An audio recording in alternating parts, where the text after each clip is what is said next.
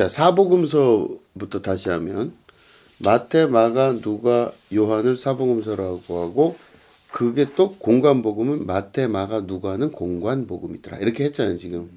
근데 이제 이게 그 처음에 그 얘기한 대로 이 공관복음을 마태, 마가, 누가라고 하는 공관복음의 저자들은 예수님이 이렇게 여기 있으면 예수님을 이쪽 마태 입장에서 바라보고 마가 그다음에 누가의 입장에서 바라본 거예요. 그러니까 그 말은 다른 말로 하면 사람의 얼굴이 있을 때도 옆에서 본 것과 앞에서 본 것, 또 이쪽 왼쪽 오른쪽이 다를 거 아니에요. 그런 것대로 이제 자기들이 위치에 따라서 다르게 볼 수도 있고 아까 말한 대로 이제 그 떡 노즐이 다르면은 다른 게 나오는 것처럼 그 똑같은 상황과 사건을 봤을 때 내가 그걸 받아들이고 입력했다가 글로써 출력을 하면 조금씩 다르게 나온다. 그러니까 다시 말해 의문을 가져야 되는 게 아니 예수님에 관한 얘기가 하나면 되지 뭐 이렇게 네 개나 될까? 그 보면 마태복음, 마가, 누가, 요한복음이 보면 다 결국 같은 말이야. 또 겹치는 것도 있어요 이 내용이. 근데 왜 이렇게 돼야 되냐 이거지.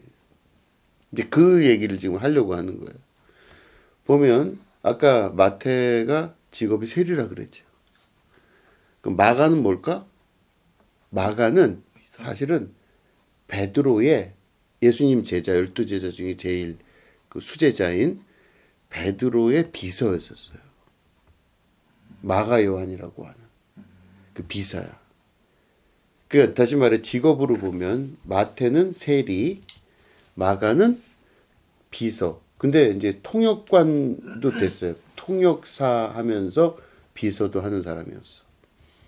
누가는 의사. 그렇지. 이제 요한은 꼬맹이. 가장 예수님 제자 중에서 제일 막내. 나이가 제일 어린. 그죠? 몇 그러니까 살이에요? 그 당시에 아마 예수님이 그 공생애를 할 때 15살에서 17살 정도로 추정을 했어요. 요한. 청소년. 그래서 요한 같은 경우는 다른 제자들이 다 죽고 순교하고 그러고 난 다음에 맨 마지막까지 살아서 거의 100살 됐을 때까지 요한이 살았다 이렇게 보고 있어요. 그러고 나서 이제 기록을 하는 거야. 이제 그 요한복음. 자, 그럼 봐봐. 마태, 마가, 누가, 요한이 다 직업과 성격이 다른데 그럼 어떻게 다른 게 보여질까? 그러면 마태는 아까 뭐라 세리라 그랬죠. 세리인데 그 당시에 그래도 세리를 하려면 머리가 똑똑한 사람이에요. 그러니까 다시 말해 이 사람들이 그 당시에 좀 머리가 있고 똑똑하다고 볼 수 있는 세리 같은 사람. 그러니까 그렇죠. 어벙벙한 사람들이 세리는 안 할 거 아니에요. 자기가 이 사람 돈을 뜯어야 되는데 머리가 좋아야 뜯지 자기가 오히려 당하고 돌아다니면 안 될 거 아니에요. 그러니까 그런 사람인데 이 사람들이 그 당시에 똑똑하다는 기준이 뭘까? 그 당시에 보면은 유대교의 율법을 똑똑하게 따를 줄 아는 사람들이었을 거라고. 다만 율법을 어기고 배신했을 따름이지. 그러니까 그 당시 기준이 그렇잖아요. 똑똑했을 거라고. 그러니까 이 사람들이 그 말은 다른 말로 하면 어려서부터 자라나면서부터 유대교 율법에 아주 익숙해서 사회에 적응을 잘한 사람들인데 로마가 여기를 장악하고 있으면서 자기들이 어디로 가야 될지를 눈치껏 알아챈 거지. 그리고 나서 제일 돈을 많이 벌 수 있는 게 뭘까? 행정직이다. 그 중에서 세리는 자기가 뿌린 대로 해먹을 수 있는 그러니까 골로 간 거야. 소위 이제 돈 잘 버는 쪽으로 갔는데 대신 나쁜 놈들인 게 유대인들 자체에서 별로 환영받지 못하는 나쁜 짓을 하는 거잖아 지금. 공무원 감사직 했다는 거 아니야? 그렇지. 있잖아. 그렇지. 그런 사람일 걸로 추정을 하죠. 그러면 이 사람들의 성격을 가만히 보면 세리짓을 하고 있지만 머리가 나쁘진 않더라. 그죠? 그 다음 단계는 이 사람들이 머리가 좋고 이 사람들이 나름대로 성공에 대한 욕구가 강한 사람들인데 그 강한 것들이 어디서 증명이 됐다? 유대교 율법을 잘 배워서 그 세계에서 적응 잘하다가 나이가 들어서 배신해서 이쪽으로 나간 경우라 그랬잖아요. 그러니까 이 마태란 사람은 결론적으로는 세리지만 유대인들이 싫어하고 죄인이라고 그러고 막 죽이고 싶어하는 이런 사람이지만 이 마태란 사람은 유대교 율법을 잘 알까 모를까? 잘 알죠. 잘 알겠지. 엄청 유대교 율법을 잘 알고 또 반면에 유대교 율법을 잘 아는 걸로 끝이는 게 아니라 유대교 율법을 몸에 잘 지니고 있던 사람들인 거야. 그러니까 그런 말은 다른 말로 하면 자기가 갖고 있는 성격은 종교적 성격은 유대교야. 다시 말해 하나님을 믿고 앞으로 오실 메시아가 올 거라는 걸 믿는 사람이지만 현실과 타협을 하면서 돈을 벌기 위해서 유대교 율법을 어기면서까지 그 욕심이 큰 사람들이라 볼 수 있는 거지. 그럼 이 사람들은 이 세리를 하는 사람들은 성향상 유대교적인 성향이 있음에도 불구하고 그거를 넘어서서 억지로 저쪽에서 더 어그로를 끄는 사람이라 볼 수도 있는 거예요. 자, 그런데 그런 세리가 예수님을 만났어. 그리고 제자가 됐어요. 그 말은 이제 우리가 지금 정도에서 우리가 생각을 해보면 그 마태라는 한 인물이 예수님을 따르게 된 이유가 뭐냐? 자기가 예수님이 그리스도 혹 메시아라고 믿었기 때문에 쫓아갔겠죠. 거기가 더 손익 계산해봤을 때 이득이 되니까. 그럴 수도 있고 어쨌든 그러고 갔는데 그 예수님을 쫓아갈 때 이 사람들의 특히 마태 같은 사람이 세리가 가지고 있는 베이스를 보면 자기가 그전에는 세리를 하거나 이래갖고 미움당하면서 이러고 살았지만 예수님 제자가 되면은 자기 안에 있었던 유대교적 특성이 올라왔겠죠. 확. 그러면 이 마태는 성경을 기록할 때 유대교적 관점을 가지고 그것도 강하게 가지고 성경을 썼겠죠. 그죠? 이게 마태야. 두 번째 마가복음의 저자가 마가죠. 마가는 아까 뭐라 그랬어? 베드로의 비서인과 동시에 통역관이라 그랬잖아. 근데 베드로가 어부인데 어.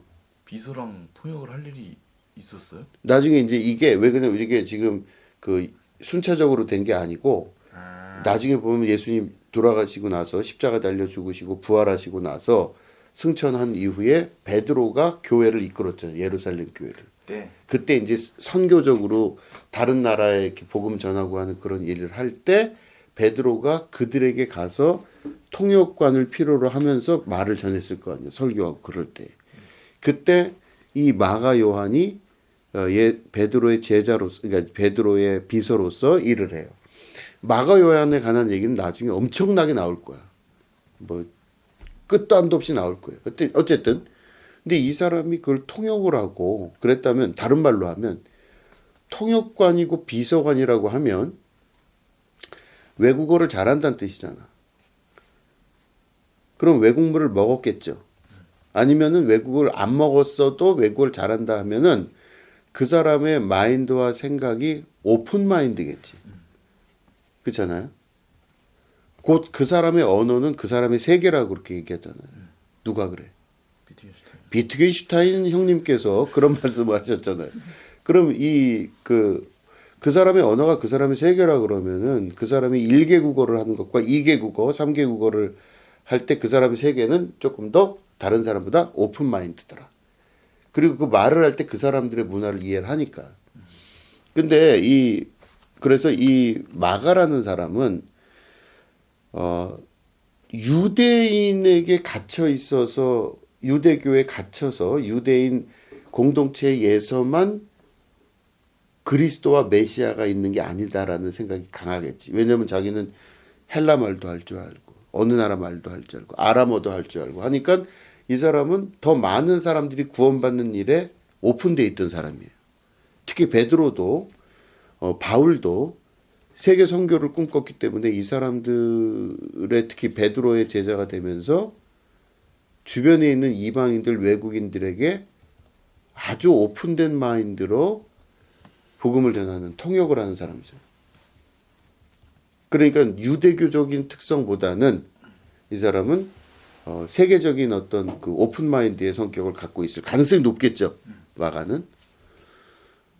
자, 그럼 세 번째는 누구야? 누가죠. 누가복음의 저자인 누가. 누가 썼어요? 누가는 누가 썼어요? 누가는 누가 뭐요? 누가 썼을까?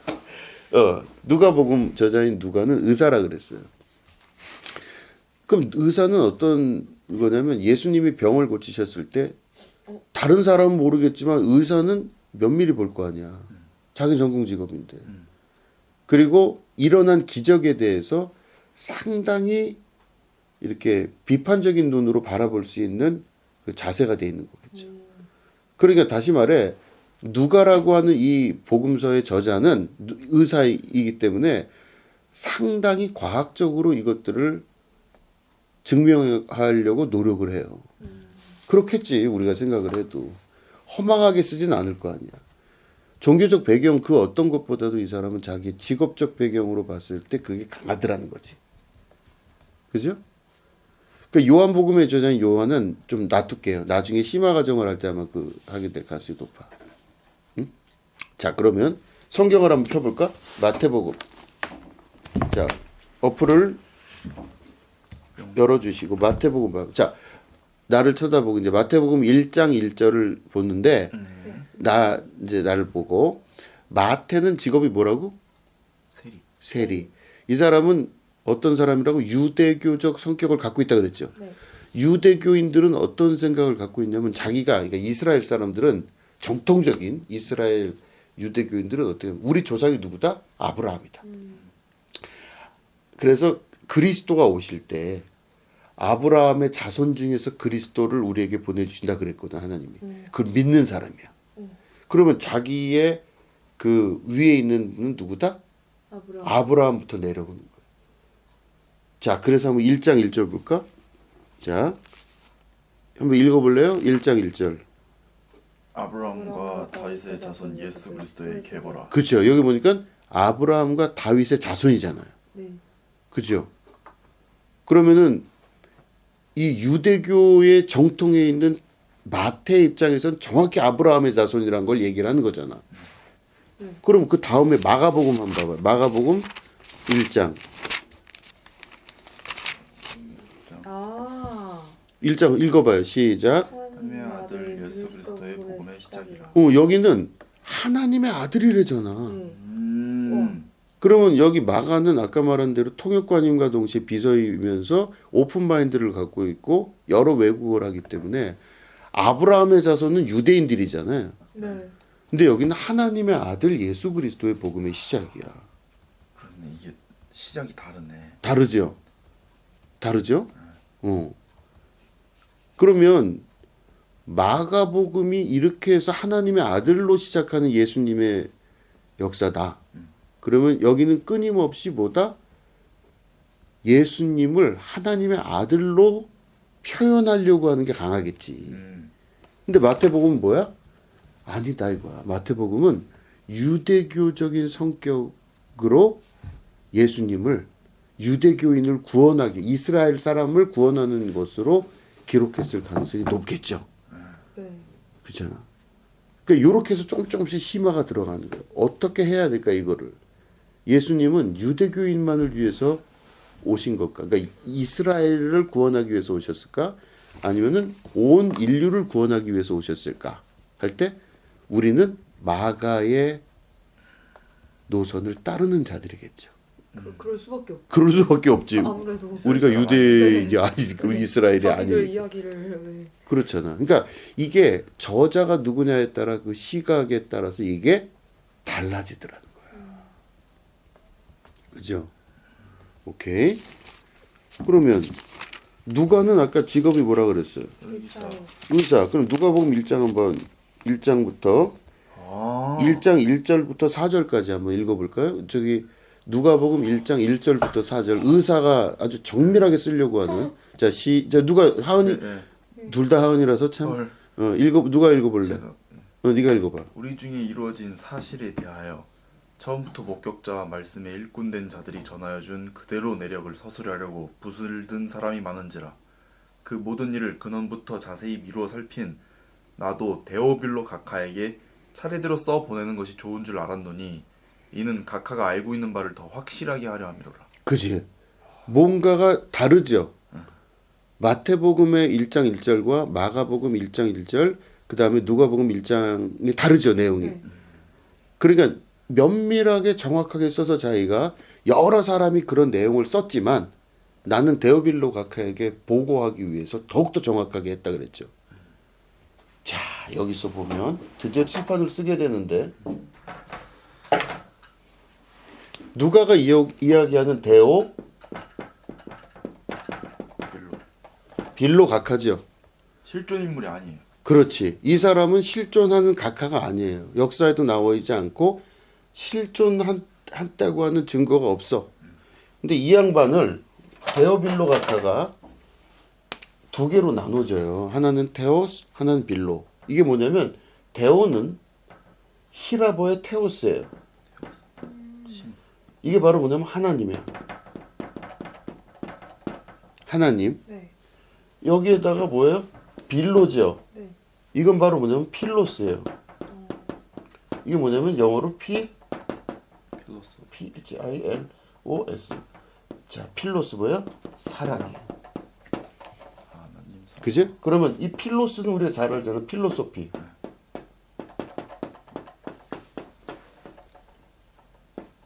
소피아, 지혜를 사랑하는 자.